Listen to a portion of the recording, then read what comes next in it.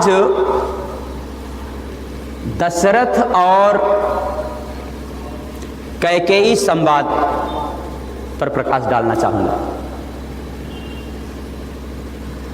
प्रकरण यहां से उठ रहा है। सांझ समय सानंद नृप गयौ कैकेयी गेह, गवन निठुरता निकट किया, जनु धरि देह स्नेह। सायंकाल का समय है, शाम का समय है। सानंद नृप, नृप अर्थात राजा दशरथ जी। कैसे? कहा सानंद, सांझ समय सानंद नृप गयौ कैकेयी गेह।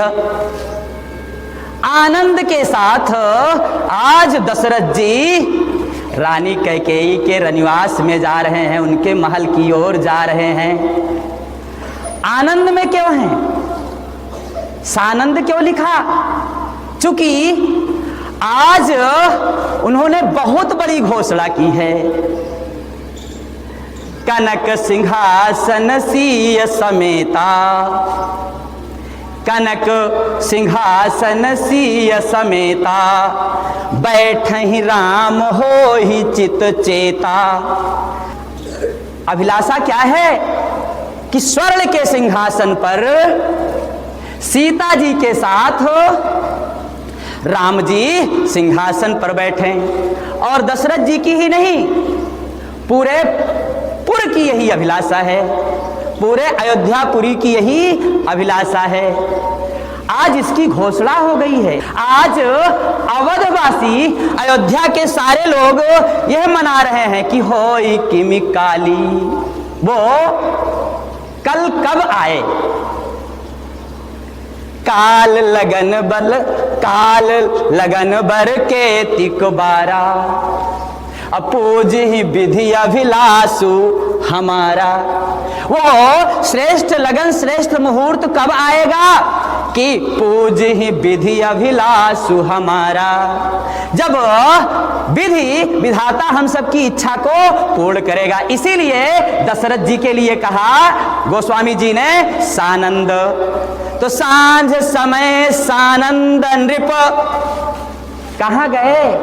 जब आदमी परम आनंद में होता है, परम संतोष की, मोद की स्थिति में होता है, तो जाता कहाँ है? जिसको वो सबसे ज्यादा प्रेम करता है। इसीलिए कहाँ जा रहे हैं दशरथ जी आज? गयौ कैकेयी गेह। आज वो कैकेयी के महल की ओर जा रहे हैं। लेकिन किसी को क्या पता, कवि लिखते हैं कि गवन निठुरता निकट किया, जनु धरि देह स्नेह। मानो आज गवन निठुरता, गवन का मतलब गमन, गमन का मतलब यहां पर क्या है? गमन, जाना। गवन निठुरता निकट, मानो आज दशरथ जी का यह गमन निष्ठुरता की ओर हो रहा है। अत्यंत निष्ठुर व्यक्ति की ओर कौन जा रहा है? निठुरता निकट, मानो निष्ठुरता के समीप। किया जनु धरि देह स्नेह, मानो आज स्नेह ही, आज प्रेम ही शरीर धारण करके, धारी देह, मानो आज प्रेम ही शरीर धारण करके निष्ठुरता की ओर जा रहा है। देखो, दो बिल्कुल विरोधी धाराएं। एक तरफ निष्ठुरता है और एक तरफ मूर्तिमान प्रेम है। प्रेम की पराकाष्ठा है और इस समय निष्ठुरता की पराकाष्ठा है। दो विरोधी धाराएं एक दूसरे के समीप जा रही हैं। तो गवन निठुरता निकट किया, जनु धरि देह स्नेह। कोप भवन सुनी सहमेउ राऊ, कोप भवन सुनि सकुच उराऊ, भय बस अगहुड़ परे न पाऊ। सुरपति बसहि बाहु बल जाके, नरपति सकल रहई रुख ताके। सो सुनिति अरिस गयऊ सुखाई, मानहु देखहु काम प्रताप बड़ाई। मानस विचित्र हुआ अयोध्या कांड में कि कोप भवन सुनि सकुच उराऊ, जैसे रनिवास में गए कैकेयी वहां नहीं दिखी महल में। जानकारी मिली कि कैकेयी कोप भवन में है।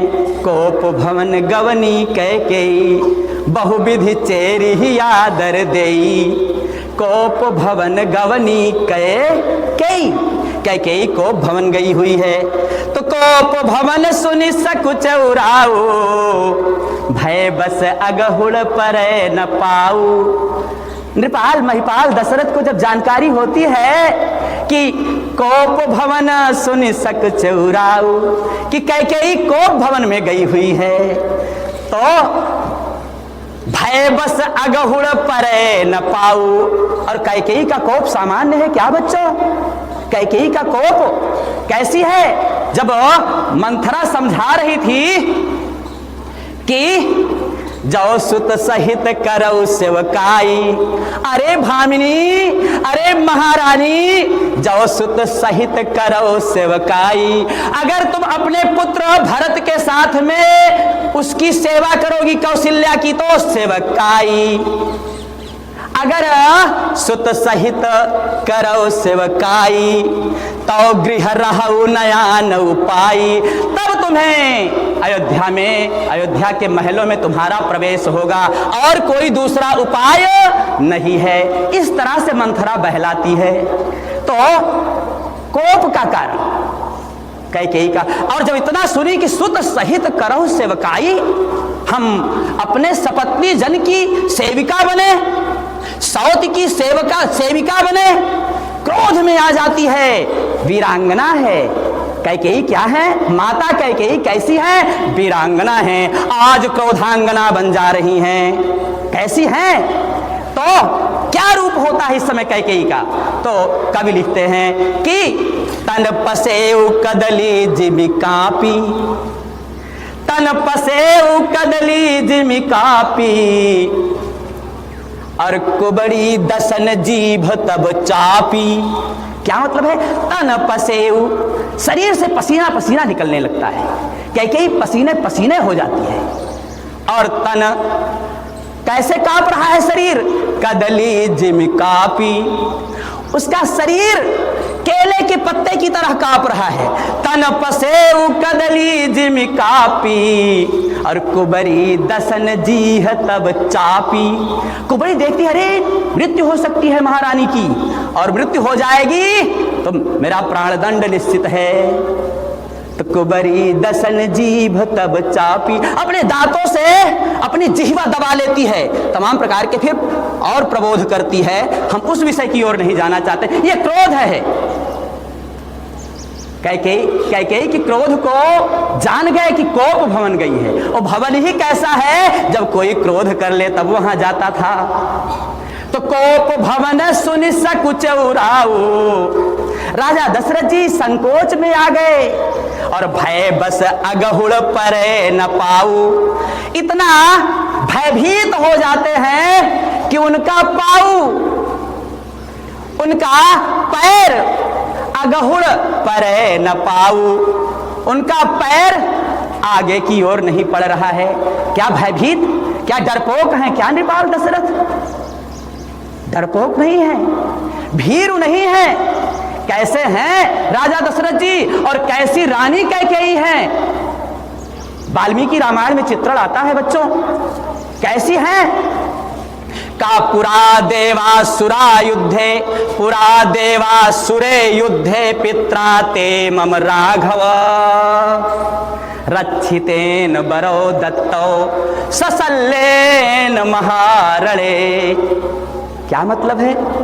किस तरह से दोनों लोग हैं? पुरा देवासुरा युद्धे, पित्रा ते मम राघव। हे राघव, हे राम, कैकेयी बतला रही है राजा राम से, राम जी से बतला रही है, अभी तो राजा नहीं हो पाए हैं, भविष्य में राजा तो बनेंगे। अरे पूरे ब्रह्मांड के राजा हैं, अखिल ब्रह्मांड नायक हैं। कहती है कैकेयी कि पुरा दैवासुरा युद्धे पित्रा ते मम राघव। हे राघव, पूरा प्राचीन काल में, कब? कहा दैवासुरा युद्धे, देवासुर संग्राम में, देव और दानवों के युद्ध में क्या हुआ कि पित्रा ते, तुम्हारे पिताजी, क्या हुआ? रक्षितेन वरो दत्तो ते पित्रा मम रक्षितेन, तुम्हारे पिता जब बाणों से, ससल्लेन महारणे, उस महारणे, उस भयंकर संग्राम में ससल्लेन जब बाणों से बिन गए थे तो मम रक्षितेन, मैंने उनकी क्या की थी? रक्षा की थी। सहज नहीं है कैकेयी, वीरांगना है, युद्ध का संचालन करती हैं, युद्ध में दशरथ के साथ जाती हैं और सामान्य युद्ध में नहीं, देवासुर संग्राम में जाती हैं कैकेयी। ऐसी स्वाभिमानिनी, ऐसी वीरांगना, ऐसी छत्राणी कैकेयी हैं। तो कोप भवन सुनि सक चौराऊ, भय बस अगहुड़ परे न पाऊ। आज डर के मारा दशरथ जी का पैर आगे की ओर नहीं जा रहा है। उनके पौरुष का बखान कर रहे हैं कि सुरपति बसहि बाहुबल जाके, सुरपति, सुरपति अर्थात देवराज इंद्र, सुरपति बसहि बाहुबल जाके, जिसके भुजाओं के शक्ति पर सुरपति निर्भय होकर के, देवराज इंद्र निर्भय होकर के राज्य करते हैं स्वर्गलोक में। तो सुरपति बसहि बाहुबल जाके, नरपति सकल रहै रुख ताके। और पृथ्वी के समस्त राजा नरपति सकल रहै रुख ताके। अरे उनके एक भृकुटी के इशारा को देखते रहते हैं कि राजन की क्या लीडिंग है, वो क्या कहना चाहते हैं, उनका क्या आदेश है। तो नरपति सकल रहै रुख ताके, सो सुनिति अरिस गयौ सिखाई।